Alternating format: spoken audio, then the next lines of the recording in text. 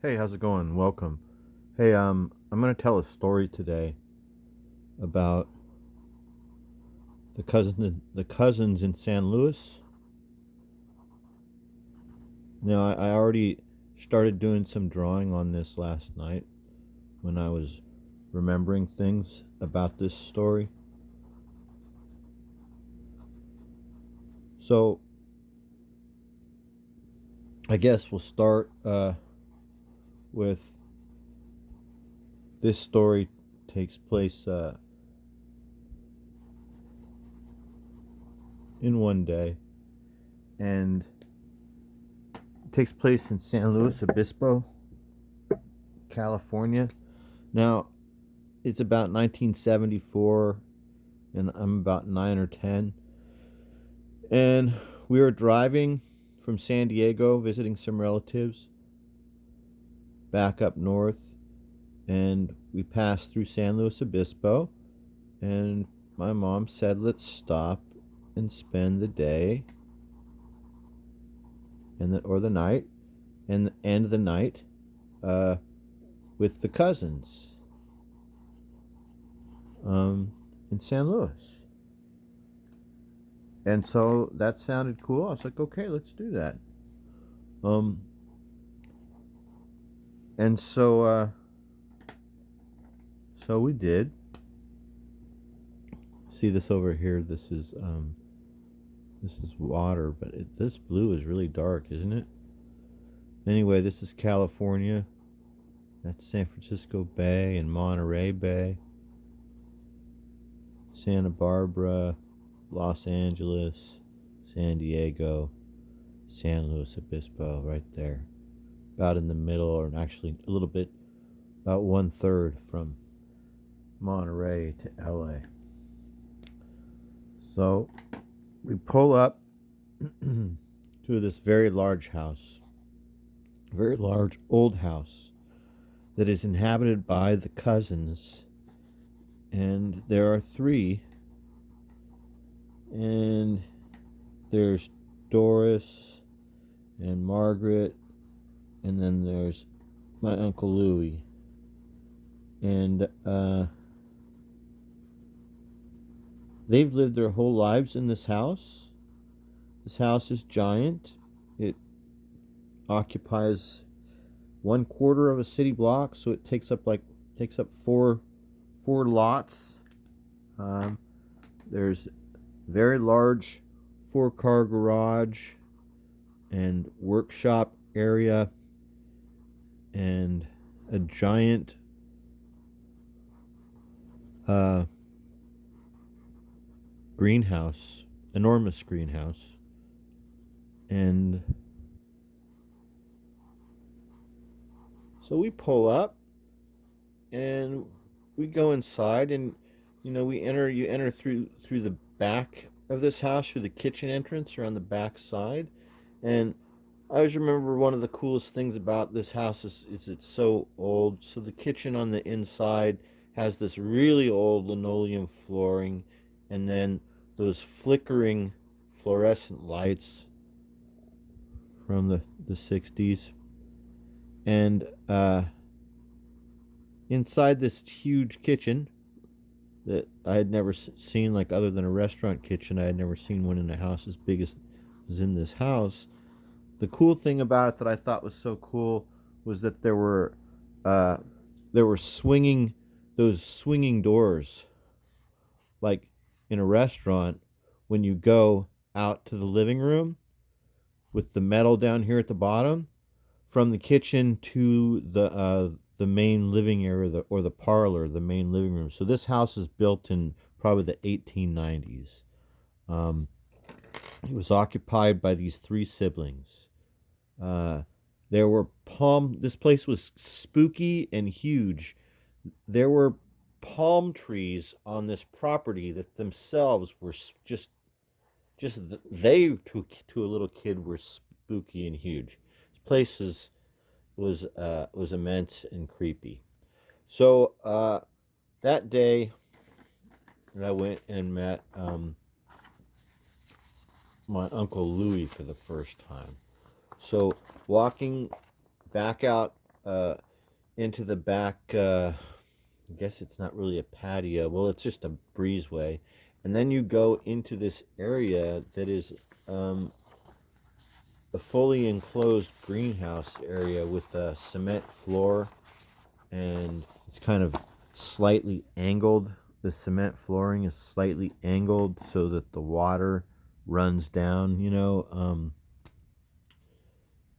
into the center of the floor, because inside of here, everywhere, every every visible spot is taken up by planting tables that have tiered shelves on them, and it's just nothing but orchids.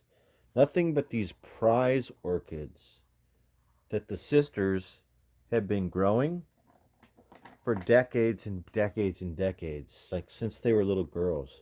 Like different types of breeds and hybrids, and all different colors and all different styles. And it's, like I said, hundreds of orchids everywhere. So when you would walk through this orchid area, it was really cool because it was all enclosed. So none of these orchids, I think that there had something to do with it. They never wanted to be in direct sunlight. So the roof of this place was made of that corrugated fiberglass material that people used to put up at the top of their fences around when they had swimming pools. But instead of it being that light blue, it was this yellow color. So when you were inside here, it was like you were inside of a place, during the daylight when you're inside here. It was like you were inside of a place where you permanently were wearing those yellow shooting glasses. So everything had this yellow tint to it at all times, passing through this giant room full of orchids. So we're there, and my mom and my two, I think they're not even aunts, they're great aunts. They're in the house doing their stuff, like cooking and talking. And I remember there was a ball game that was coming on soon that they were interested in. They were big time Oakland A's fans. And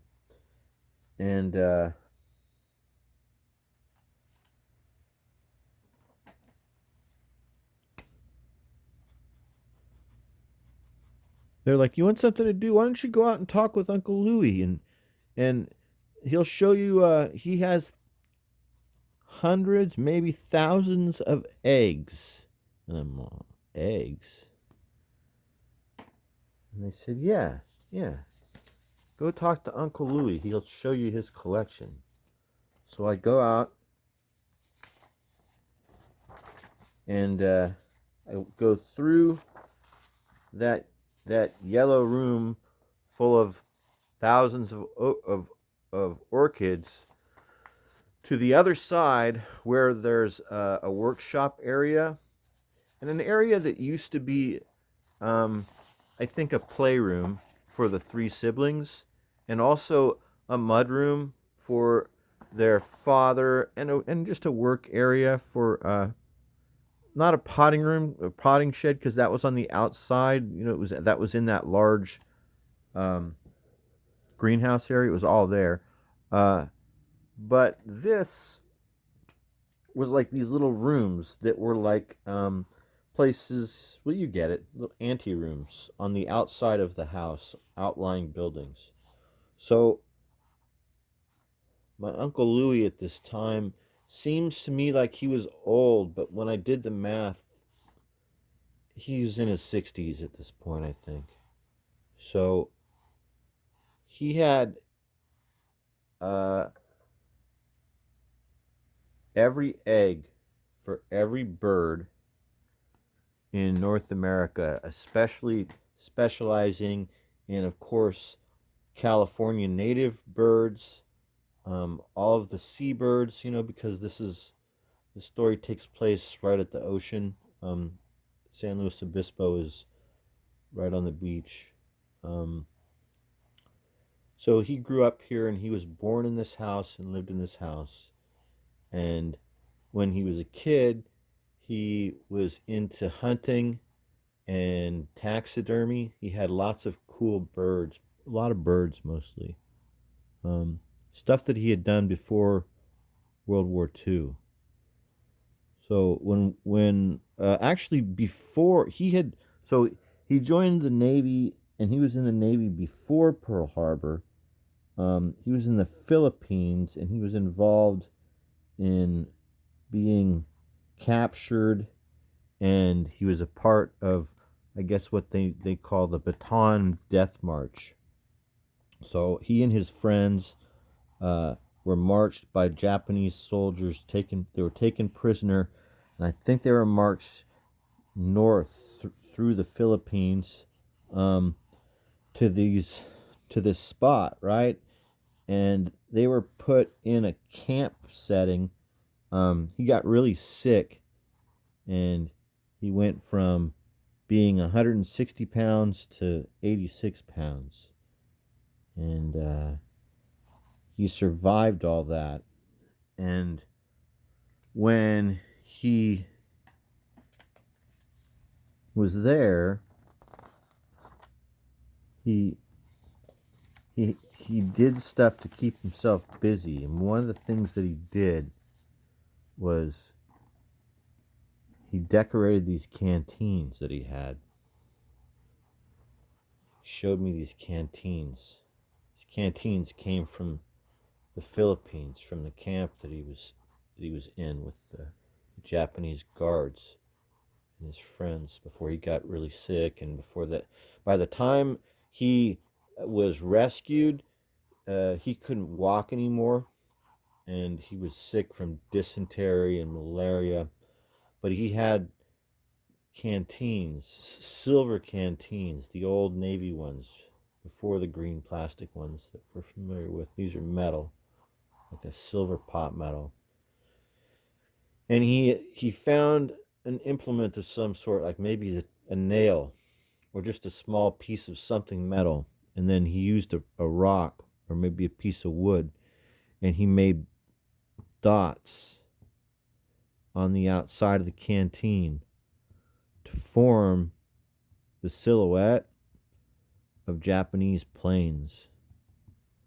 All different types, right? Like he would have like a 0 right there.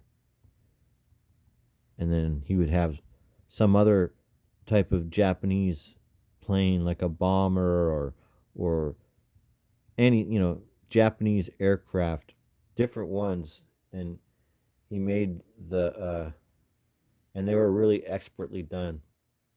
He was very talented, and he perfectly made impressions on the canteens of what the Japanese aircraft that flew overhead looked like. And then at the bottom of the canteen down here, he made just little dots, and only he knew the code to know what they meant, and they meant the date and the time and the number of planes that he had seen of this type or this type or this type, just to keep himself busy from his mind from going crazy, I guess. But after he got home, I think he was wheelchair bound or bedridden when he got, even after, like, he was probably in the hospital in Australia for a couple months, and maybe then back here, then at San Francisco, maybe at Fort Miley for a couple months, and then they moved him back home with his sisters, and maybe his mom was still alive at this time. I don't think so. I don't know. But to this giant house. So these ladies did everything except the yard work on the outside. This place is surrounded by very short, very itchy, very dry Bermuda grass everywhere. In the old days, when Uncle Louie was a kid, he used to mow it by hand with a push mower, and he still did plenty of work around the house, like light odd jobs in carpentry to keep things going, plumbing probably, electrical stuff, whatever the girls, whatever Doris and Margaret couldn't do, he he would be able to do that.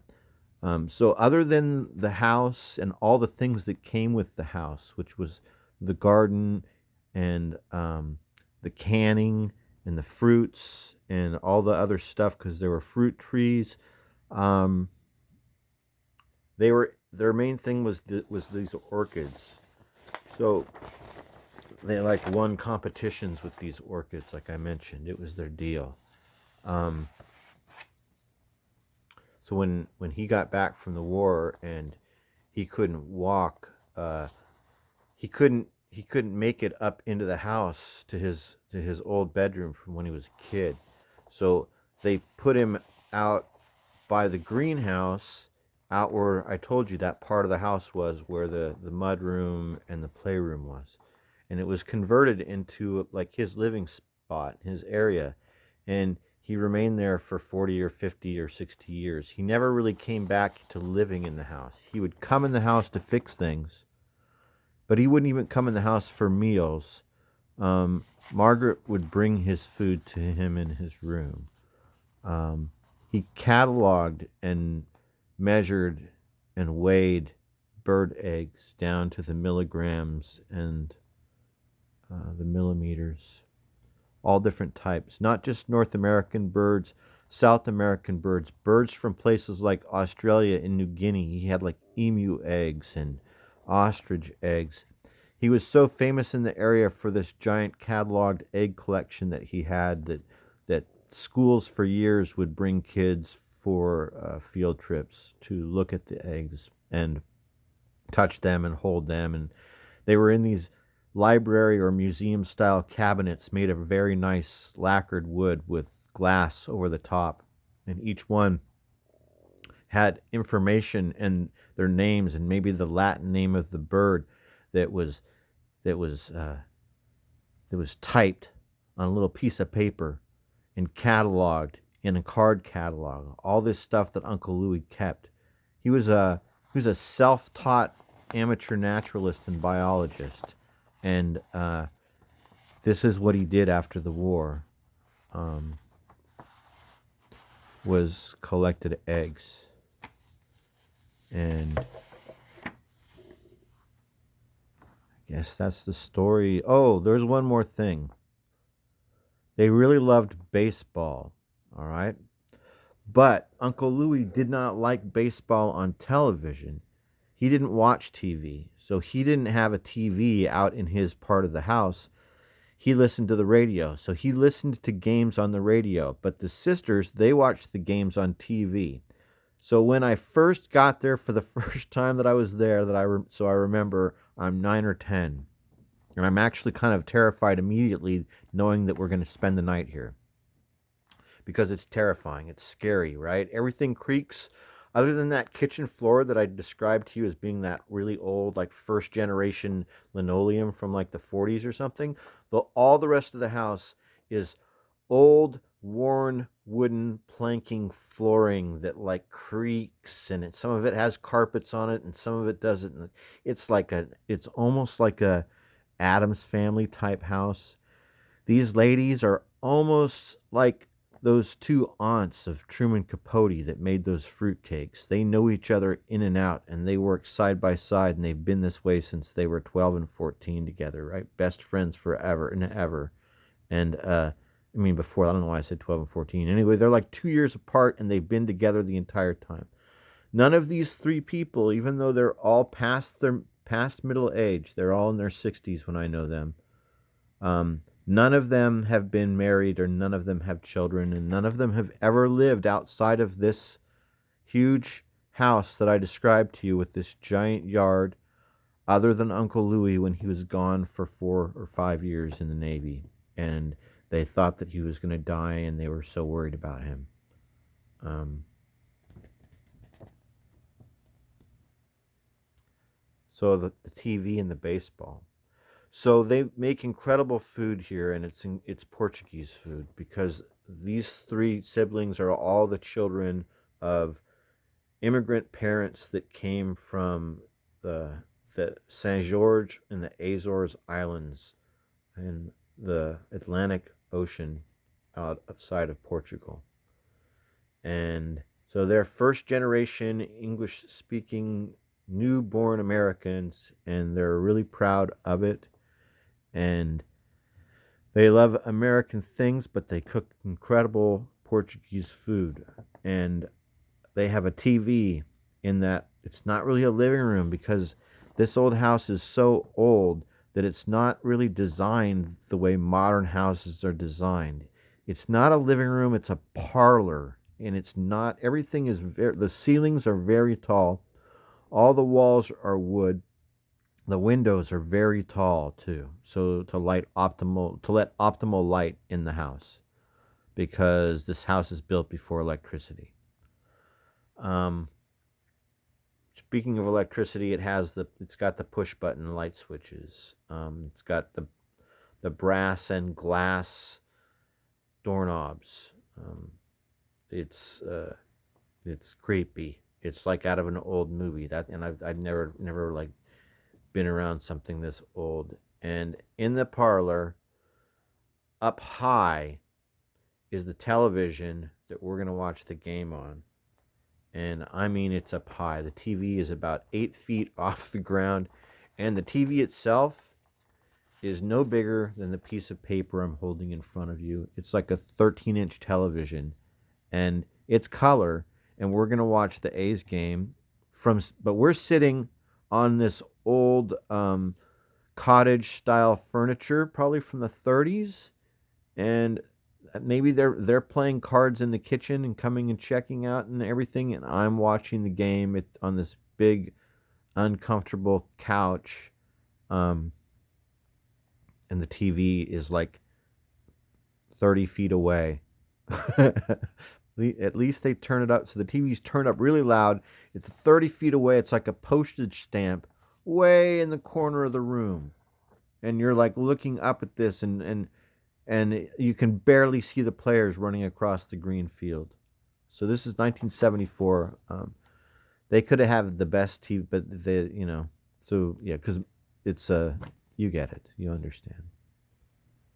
So that's it. This is the story of the cousins in San Luis, and I hope you enjoyed it. And thanks for watching. Have a great day. Have a great night, and I will talk to you guys later.